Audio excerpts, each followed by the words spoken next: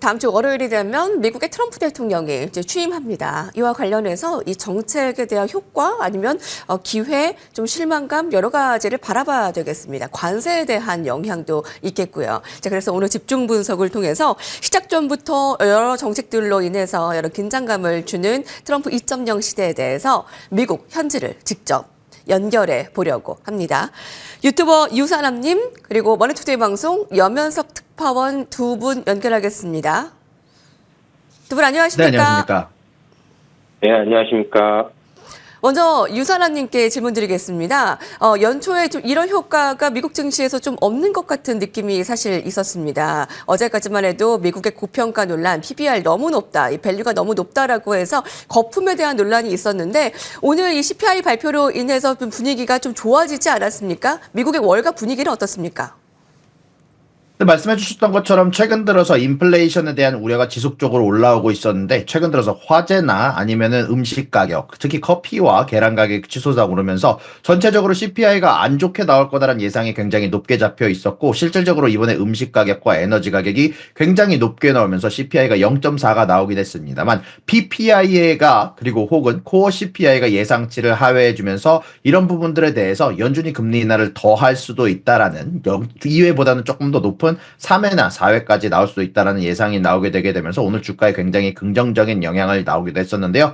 일단 이런 부분들에 대해서 간단하게 좀 정리를 해드리자면 그럼에도 불구하고 음식 가격이나 에너지 가격이 굉장히 높게 올라갔기 때문에 아마 개인적으로 생각을 했을 땐 다음 달까지는 조금 더 지켜봐야 된다라는 생각이 조금 드는 과정 안에서 일단 애널리스트들 가격은 그래도 굿즈들 가격이 특히 신차와 중고차 가격을 제외한 나머지 섹터 쪽에서는 전체적으로 가격이 이제는 안정세에 접어들었다. 특히 굿즈 가격들은 이제는 더 이상 크게 오르지 않을 것 같다라는 예상이 나오게 되게 되면서 전체적으로 주가 상승에 오늘 일조를 하기도 했었고요. 특히 생산자 물가지수가 긍정적으로 나왔고 PPI가 CPI에 좀 더 선행하는 지표다라는 점을 생각을 해봤을 때 다음 달, 다다음 달에 관련해서는 전체적으로 화재 관련된 부분만 아니라면 긍정적으로 볼 수 있다는 요소가 굉장히 많다라고 블룸버그에서 보도가 되기도 했고요. 일단 그럼에도 불구하고 전체적으로 트럼프가 취임한 이후에 아무래도 관세에 관련된 전략 그리고 이민 관련된 전략 보면서 인플레이션 지표를 봐야 되기 때문에 아직까지는 안심하기는 좀 이르다라는 부분들이 조금 더 지배적이다라고 말씀드릴 수 있을 것 같습니다. 네. 네, 주 초에 너무 뜨거웠던 이 고용 지표에 긴장했던 이 악재 부담이 있었던 경제 지표가 오늘 인플레에 대한 우려감이 조금 덜어졌습니다. 다만 지금 시각은 트럼프 취임 이후에 조금 더 지켜봐야 될 게 많다. 조금 더 지켜보자. 여기에서 좀 오늘 증시는 안도를 했지만 좀 중립적이라고 좀 보시면 되겠네요. 자, 그러면 염현석 특파원에게 질문을 드리겠습니다. 트럼프 취임까지 어느덧 이제 5일가량이 남았습니다. 특히 이제 정책에 대한 분위기 체크가 굉장히 중요해 보이는데요. 트럼프 복귀에 대한 외신 평가는 어떻습니까? 연준의 그 독립성을 온전히 좀 지켜줄지도 크게 관심이 쏠리고 있는데요. 네, 그렇습니다. 여기 미국 현지 분위기 역시 대략적인 건 실제 가봐야 안다고 말씀드릴 수 있습니다. 우선 뉴욕에 나와 있는 실제 우리 여러 공공기관들 같은 경우를 보면요. 아직 신년 계획을 확실히 세우지 못하고 있습니다. 트럼프 2기의 관세부터 국내 세금, 그리고 경제 정책 방향 등 경제 전반적인 디테일이 아직 발표되지 않고 있어서 어떤 상황이 벌어질지 모른다는 판단 때문입니다. 이는 미국 현지 투자 업계들도 비슷한 상황입니다. 실제 미국 내 유명 IB 관계자들도 현재 나와 있는 상황, 그러니까 조금 더 지켜봐야 된다라고 입을 모아 얘기를 하고 있습니다. 다시 말해 전통에너지와 그리고 제조업 같은 이런 부흥 등을 이미 말했었던 이런 기대감은 가지고 있지만 여전히 인플레 재발등이 우려가 되고 있고 또 금리 변동에 이런 자금이 집중적으로 왔다 갔다 하는 상황을 보면 앞으로는 여러 이런 디테일들을 실제 보면서 대응해야 되겠다라는 생각을 가지고 있었습니다. 그리고 현지 분위기 역시 기대보다는 우려가 조금 더 큰 것 같습니다. 트럼프 당선인 개인 성향에 집중이 되고 있는데요. 여러 보도들이. 사실 미국들의 정책들이 보면 대통령이 힘을 많이 가진 것도 사실이지만 그에 못지않게 여러 견제 수단들도 있습니다. 이 때문에 트럼프 당선인이 지금까지 밝혀온 여러 정책들에 대한 보도를 하면서 그렇게 안 될 수도 있다. 이런 이유들을 많이 설명을 하고 있습니다. 사실상 이건 우려가 크다라는 입장은 돌려서 말하는 것으로 보입니다. 특히 가장 우려되는 게 이제 연준의 독립성 문제입니다. 제가 1월 초에 전미경제학회라는 미국 석학들이 모여 미국 경제에 대해 토론하는 곳을 다녀왔습니다.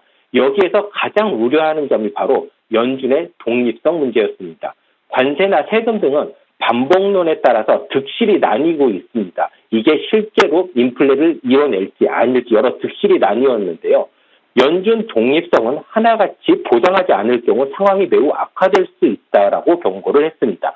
특히 벤 버냉키 전 연준 의장 같은 경우에는요. 달러에 대한 신뢰까지 이룰 수 있다며 강도 높게 경고를 했습니다. 다행히 최근 트럼프 당선인이 파월 의장의 임기를 보장할 것이라고 했는데요. 사실 현지에서는 부의장 교체 등 여러 시나리오가 나오면서 연준과 당선인 사이 마찰음이 나올 수도 있다는 우려도 제기되고 있는 상황입니다. 지금 그 뉴욕 증시는 국채금리와의 전쟁이라고 해도 과언이 아니라고 합니다. 최근에 4.8%까지 치솟은 넘봤던 10년물 국채금리, 오늘은 미국 증시가 상승을 하자 또 안정된 모습을 나타내기도 했는데요. 다만 이제 트럼프 취임 이후에 바로 이 국채금리가 어느 정도로 이제 복병이 될지 굉장히 궁금합니다. 유사람님, 지금 주식시장은 지금 월가에서 국채금리에 대해서 이 발작 가능성 어떻게 체크를 하고 있습니까? 말씀해 주신 것처럼 10년물 금리가 최근에 치솟아 올라주면서 4.8 언저리까지 상승을 했었는데요. 이런 부분들에 대해서 전체적으로 주식시장의 투자자들이나 애널리스트 사이에서는 우려 섞인 시선이 많았습니다. 최근 들어서 이렇게 금리가 높게 올라온 데에는 아무래도 트럼프의 지속적으로 이야기가 되고 있는 관세 관련된 부분과 이민자들을 막기 위한 정책이 이야기가 되면서 전체적으로 인플레이션이 치솟아 오를 수 있다라는 예상이 나왔기 때문에 최근 들어서 금리가 크게 올랐다라고 얘기를 할 수 있을 것 같은데요.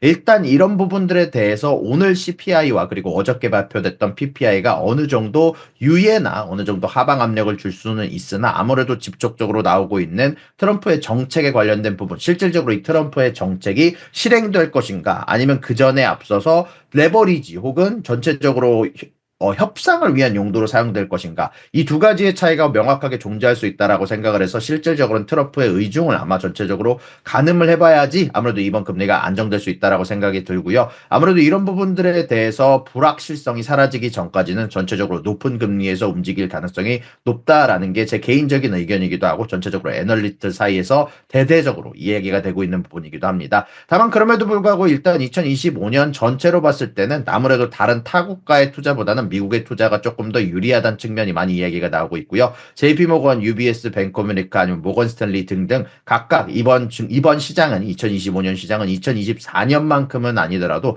전체적으로 성장할 거다라는 전망이 지배적이다라고 이야기가 나오고 있습니다. 일단 그런 가운데 안에서 다만 일단 이번 해 초 같은 경우는 전체적으로 2024년에 성장이 전혀 막힘없이 올라왔던 만큼 2025년 초쯤에는 전체적으로 트럼프가 취임하고 전후로 해서 주식시장이 소폭 하락할 가능성을 높게 잡고 있다라고 보이고 있고요. 이런 높은 밸류에이션에 대한 조정 이후에는 트럼프의 관세와 이민 정책에 따라서 전체적으로 시장이 크게 흔들릴 수 있다 보니까 이런 불확실성이 높다라는 점으로 인해서 현재 전체적으로 애널리스트는 좀 조심스럽게 움직이는 모습이 나오고 있는 것으로 보이고 있습니다. 바로 이 부분을 짚어주시네요. 이 관세와 이민 정책입니다. 그 불확실성으로 인해서 지금 트럼프의 이후에 취임 이후에 뉴욕 증시는 작년만큼의 아주 위를 계속 뚫고 올라가기는 쉽지 않아 보인다. 그러니까 이제 보수적인 영향이 좀 더 많습니다. 자, 그러면 염현석 특파원에게 이 관세 부분에 대한 좀 질문을 드릴까 하는데요. 자, 많은 지금 국가들이 긴장감에 좀 떨고 있습니다. 이 관세 부분은 정말 트럼프가 강조하는 보편 관세를 시나리오대로 진행할 수 있을지 너무나 이제 궁금한데요. 일단 취임 당일 관세를 거둘 대외 수입청을 신설하겠다라고 밝히기도 했습니다. 전해주시죠. 네, 현지 언론들을 종합해보면 대외 수입청을 신설해 보편 관세 10%를 달성하려는 움직임을 확실히 할 것이라고 전망을 하고 있습니다. 이제 블룸버그 등은 2%부터 부과를 하면서 이제 보편 관세를 시작을 할 것으로 이제 전망을 하고 있는데요. 그 외에 다수 언론들도 블룸버그와 비슷한 전망을 실제 내놓고 있습니다. 문제는 이 보편 관세 10%를 과연 언제 달성할 것인가 이제 쏠리고 있는데요. 빠르면 중간 평가가 그러니까 이제 중간 선거가 시작이 되는 한 2년 차 정도에 달성될 수 있다라는 전망도 나오고 있습니다. 사실 보편 관세는 교역을 하는 모든 나라에 부과하는 것입니다.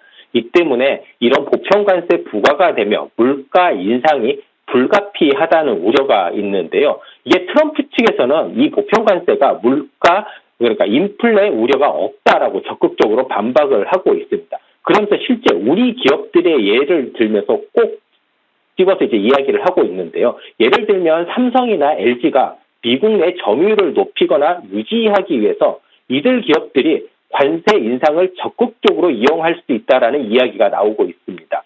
경쟁 제품들의 최종 가격이 어찌됐건 여러 관세들을 통해 높아지면 삼성이나 LG와 같은 미국 내 점유율을 높이고 싶은 기업들이 출고가를 낮춰서라도 점유율 경쟁에 들어갈 것이다 라고 얘기를 합니다. 그렇다면 미국 소비자들 입장에서만 보면 인상된 관세를 체감하지 못할 것이라는 전망을 하고 있습니다. 한마디로 전 세계에서 가장 매력적인 미국 시장을 차지하기 위해 여러 기업들이 새로운 변화 중 하나인 관세 인상을 새로운 경쟁, 새로운 질서를 만들기 위한 시작점으로 삼을 수도 있다는 이야기입니다. 특히 중국에 대한 보복 관세 성격의 이런 고관세가 미국 내 저가 제품 시장에 영향을 크게 줄 수 있기 때문에 삼성이나 LG 입장에서는 오히려 이런 게 하나의 기회가 될 수도 있고 미국 내 점유율을 확대할 수 있다라고 이야기를 하고 있습니다. 실제 어떻게 될지는 관세와 함께 미국 내 세금 정책도 같이 봐야 되기 때문에 오는 20일 이후 상황을 조금 더 집중할 필요가 있어 보이고요. 다만 트럼프가 밝힌 보편 관세와 멕시코산 수입 차량 200% 관세 부과, 중국산 60% 관세 부과와 같은 관세 정책들은 미국 대통령이 단독으로 시행할 수 있습니다. 이 때문에 취임과 함께 바로 시행될 가능성이 매우 큽니다. 다만 이런 것들이 법적으로 소송할 수 있는 기회가 마련이 되어 있는 만큼 미국의 관세 폭탄이 앞으로는 미국 내 소송 전쟁으로 이어질 확률도 큰 상황입니다. 관세 키워드를 계속 가지고 가고 있습니다. 유사람님께 질문 드리겠습니다. 과연 이 관세 정책이 한국 기업에는 어느 정도로 타격이 있을까 너무 궁금한데요. 실제로 월가에서 평가하는 관세 정책에 대한 한국 증시의 영향은 어떻게 평가하고 있나요? 일단 전체적으로 경제 성장에 특히 GDP 성장률에 타격이 있을 거다라고 많이들 예상을 하고 있습니다. 현재 2023년 기준으로 한국의 수출 중 18%가 미국으로 향하다는 정보가 있었고 그중 전체적으로 800억 달러에 해당하는 부분들이 미국에서 무역으로 행해지고 있는데요. 영국의 현재 GDP 성장률이 2024년 2.3%에 달하고 있는데 현재 이번에 트럼프의 정책으로 인해서 2025년 기준으로 1.8%로 하향 조정되기도 했고요. 2026년 들어서는 1.7%까지 하락이 예상이 된다라고 이야기가 나오고 있으며 중국, 캐나다, 멕시코에 대한 수출 감소로 각각 GDP가 0.12%, 0.14%, 0.18%가량 영향을 받을 것이다라고 골드만삭스를 아이비 리포트를 통해서 보도를 하게 됐었는데요. 결국 이런 부분들 관련해서 가장 타격을 많이 받을 가능성이 높은 산업은 결국 자동차와 철강 그리고 인프라 관련된 관세 민감도가 높은 부분이 될 것으로 예상이 되고 있고요. 특히 멕시코랑 캐나다 쪽에서 만들어지고 있는 자동차가 관세가 부과된다면 대미 무역 흑자가 커다랬던 특히 자동차 산업은 특히 취약하다라는 이야기가 많이 나오고 있습니다. 결국 이런 부분들에 대해서 결국 관세로 인한 비용 증가는 결국 매출 감소로 이어질 가능성이 굉장히 높다라는 얘기가 이어지고 전자 및 자동차 부문은 판매 감소와 고용 축소로 이어질 우려가 있다라고 이번엔 모건스탠리에서 이야기를 하게 됐고요. 결국 이런 부분들로 인해서 전체적으로 한국 정부에 대한 투자가 외국인 투자세가 조금 빠질 수도 있다라는 이야기가 언급이 되고 있는데 이제 개인적인 생각을 좀 더 덧붙여서 얘기를 하자면 예를 들어서 전체적으로 신용평가사에서 이야기를 하기도 했지만 지금 외국인들 사이에서는 현재 한국의 정세 상황이나 정치 상황에 대해서 제대로 이해하지 못하라고 하고 있다는 이야기가 굉장히 많이 나오고 있고요. 특히 이런 부분들에 대해서 정치 상황에 대해서 조금 불안함 혹은 불확실성이 높다라고 이야기가 많이 나오게 되게 되면서 현재 외국인들이 현재 한국 ETF나 아니 한국 증시시장에서 조금 더 손이 안 가는 모양새가 나오고 있는데 아마 이런 부분들이 안정이 되면은 단기적으로는 전체적으로 투자 관련 부분들이 돌아올 수 있다라고 개인적으로 생각을 하고 있습니다. 다만 장기적인 관점에서는 결국 트럼프가 관세 부과를 동맹국에 얼마나 부과할 것이냐, 2%에서 5%씩 점진적 부과를 한다라고 얘기를 했는데 아마 이런 부분들은 지속적으로 협상을 위한 카드가 될 것으로 보이고 있는데 그 협상 중에서 과연 한국이 제시할 수 있는 카드가 무엇인가가 아마 개인적으로 크게 작용할 수 있다라고 개인적으로 생각을 하고 있습니다. 네. 트럼프 당선인이 취임하면 가장 먼저 바이든 대통령의 흔적을 좀 지우기에 조금 더 행할 것이다라고 그 주장이 나오고 있습니다. 먼저 바이든 대통령이 추진했던 전기차에 대한 부양제 이것을 무위로 돌리고 화석연료 산업 지원을 위한 행정명령을 트럼프가 발동할 계획이라고 좀 밝히기도 했는데요. 사실 그 머스크가 있기에 이 부분을 계속 잘 행할 것인가는 좀 의문이 듭니다만 진짜로 현재 분위기는 이것에 대한 가능성을 어떻게 바라보고 있는지요? 저는 트럼프 대통령의 화석에너지 사랑 굉장히 유명하고 이미 잘 알려져 있습니다. 이미 1기 집권기 때에도요, 화석연료 개발을 위해서 많은 노력을 했었는데요. 2기 때도 다르지 않을 것으로 보고 있습니다. 이 같은 내용은 이미 미국 내 전통 에너지에 대한 기대감이 주식시장에 많이 반영이 돼서 실제 확인을 할 수 있습니다. 이렇기 때문에 여러 전문가들 역시 화석에너지 자체에 대한 관심보다는 이런 화석에너지 개발을 위한 여러 지원, 그리고 이것들을 잘 할 수 있는 인프라에 조금 더 주목할 필요가 있다라고 이야기를 하고 있습니다. 가장 주목을 받고 있는 곳이 바로 이제 철강 제품 쪽인데요. 사실 지금 바이든이든 트럼프든 미국 US 스틸의 일본 인수를 굉장히 반대를 하고 있습니다. 이에 대한 이유로는 여러 가지가 있겠지만 하나 실질적으로 들어가는 이유 중 하나가 앞으로 미국 내 철강 수요가 화석에너지 이용이나 개발이 많아질 수 있기 때문에 더욱 커질 수 있다라는 분석 때문인데요. 여러 제조업의 미국 자국 생산을 캐치프라이즈로 하는 트럼프 입장에서는 특히 이런 US 스틸과 같은 하나의 상징적인 기업을 다른 나라에 빼앗긴다라는 것은 상상도 하기 싫을 겁니다. 이 때문에 이런 인프라에 대한 미국이 이미 가지고 있는 이런 인프라 기업들을 지키기 위한 미국 정부의 노력이 있을 수도 있고 미국 인프라 기업들을 실제 육성하기 위한 다양한 정책이 발표될 수 있다라는 전망이 나오고 있습니다. 이 때문에 여러 기간 산업에 대한 새로운 시각을 가질 필요가 있을 것도 같습니다.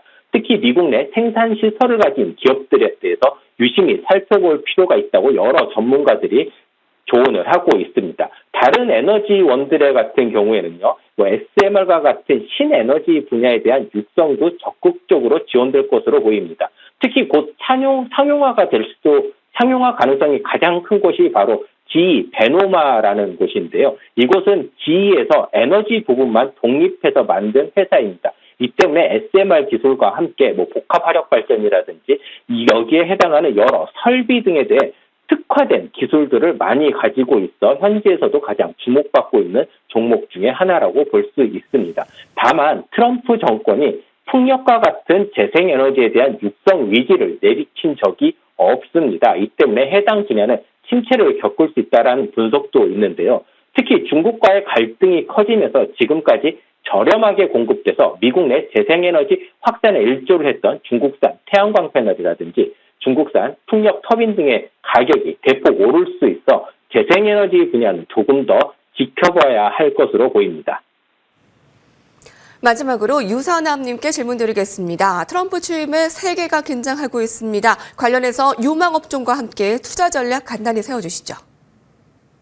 네, 일단은 최근 들어서 금리가 높은 상황이 유지가 되고 있습니다. 아무래도 인플레이션이 높아질 거다라는 예상이 나오고 있고 그런 가운데 안에서 트럼프가 전체적으로 세금을 감면해주면서 동시에 소비는 여전히 촉진될 것이다라는 얘기가 나오고 있는데 개인적으로 생각했을 때 이미 앞에서도 말씀해 주셨지만 일단 에너지 관련주가 특히 전통 에너지 관련주가 가장 혜택을 많이 볼 정책들이 많이 나오고 있고 화석연료의 부활, 특히 알래스카의 석유 및 가스 생산에 대한 강화가 예정이 되어 있는 상황이며 천연가스에 대한 수출을 재개할 것으로 예상이 되다 보니까 않겠습니까? 이런 쪽의 세트가 가장 커다란 영향을 받을 것으로 예상이 되고 있고요. 여기에다가 최근적으로 제가 개인적으로 생각하고 있는 섹터는 은행 쪽 관련 섹터가 굉장히 추가적으로 성장이 많이 나올 수 있다고 생각이 듭니다. 금리가 높은 상황에서 소비만 받쳐준다면 결국 금리가 높다라는 건 높은 마진율로 이어질 가능성이 높기 때문에 은행들의 이런 부분들에서 결국 좀 더 높은 수익을 가져갈 가능성이 높다라고 생각이 들고, 특히 여기에다가 조금 더 생각을 하게 되게 된다면 결국 리쇼어링이 지속적으로 진행 중인 과정 안에서 그 리쇼어링에 대해서 결국 국내 자본 지출로 증가로 전기 네. 자동화 분배 산업이 혜택을 받을 수도 있다라고 생각이 좀 듭니다.